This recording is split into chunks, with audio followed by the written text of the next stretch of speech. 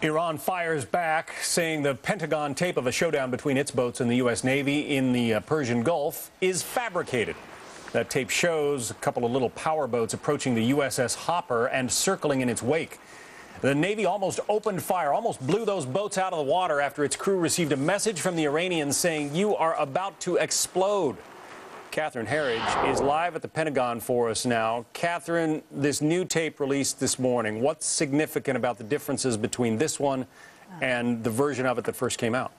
Well, John, I've compared the two, and what's significant is that the audio on the tape that was released this morning is very easy to discern, and you can hear the exchange between the U.S. sailor and the Iranian very clearly. You can hear the Iranian say, I'm coming upon you, I'm coming towards you, and then the U.S. sailor says, your identification is unknown, your mission is unknown, and unless you tell us who you are and what you're doing, you will be subject to defensive maneuvers. And it's at that point that the Iranian says you will blow up or you will explode in 2 minutes or in a few minutes. And this tape is important because it helps lay out what played out in the early morning hours of Sunday. Let's take a listen. I am coming to you. Inbound small craft. You are approaching a coalition warship operating in international waters. Your identity is not known. Your intentions are unclear. You are standing into danger and may be subject to defensive measures. Request you establish communications now or alter your course immediately to remain clear of it. Request you alter course immediately to remain clear. You will explode after a minute. We will explode after a few minutes.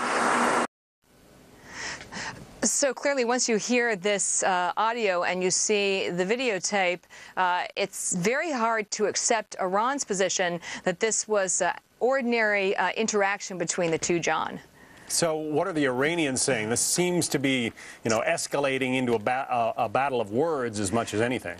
It is. The official line out of Iran this morning is that they say this video and this audio, these are fabricated, they're fakes, but I think one can see with their own eyes and listen with their own ears that this is genuine videotape, and it really puts to rest these claims that are coming out of Iran that it's fabricated, and also that these were ordinary maneuvers that were going on between the U.S. and Iran in the Strait of Hormuz. Is this thing going to go away, or is it going to get more intense? Well, you get the sense that we're several days away from the incident, and it's only intensifying. In fact, the language coming out of the White House, and specifically the National Security Council, is intensifying. The National Security Council advisor, Stephen Hadley, on his way to the Middle East, briefed reporters and said somewhat ominously that if this happens again, Iran will have to accept the consequences, almost suggesting that the U.S. would not hold back if it happened again, that they might fire on those Iranian ships. Well, I think that's what a lot of people are wondering, Catherine. I mean, given what happened to the USS Cole with a small boat that took the lives of 17 sailors, why didn't we just blow those Iranian boats out of the water?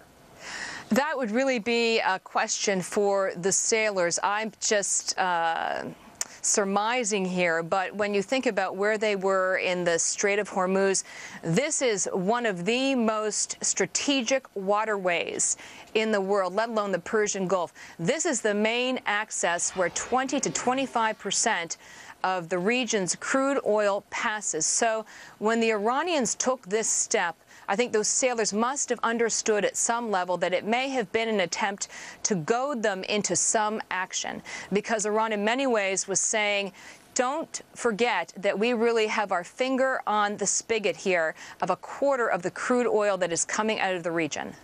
Catherine Herridge, live in Washington. Thanks. And, John, as you know, President Bush has said Iran is a top concern as he's in the Middle East this week, and we're expecting he will be asked about this Iran situation Catherine was just talking about when he and Israeli Prime Minister Ehud Olmert hold a joint news conference. We're waiting for them as soon as they begin in Jerusalem. We'll take you straight there.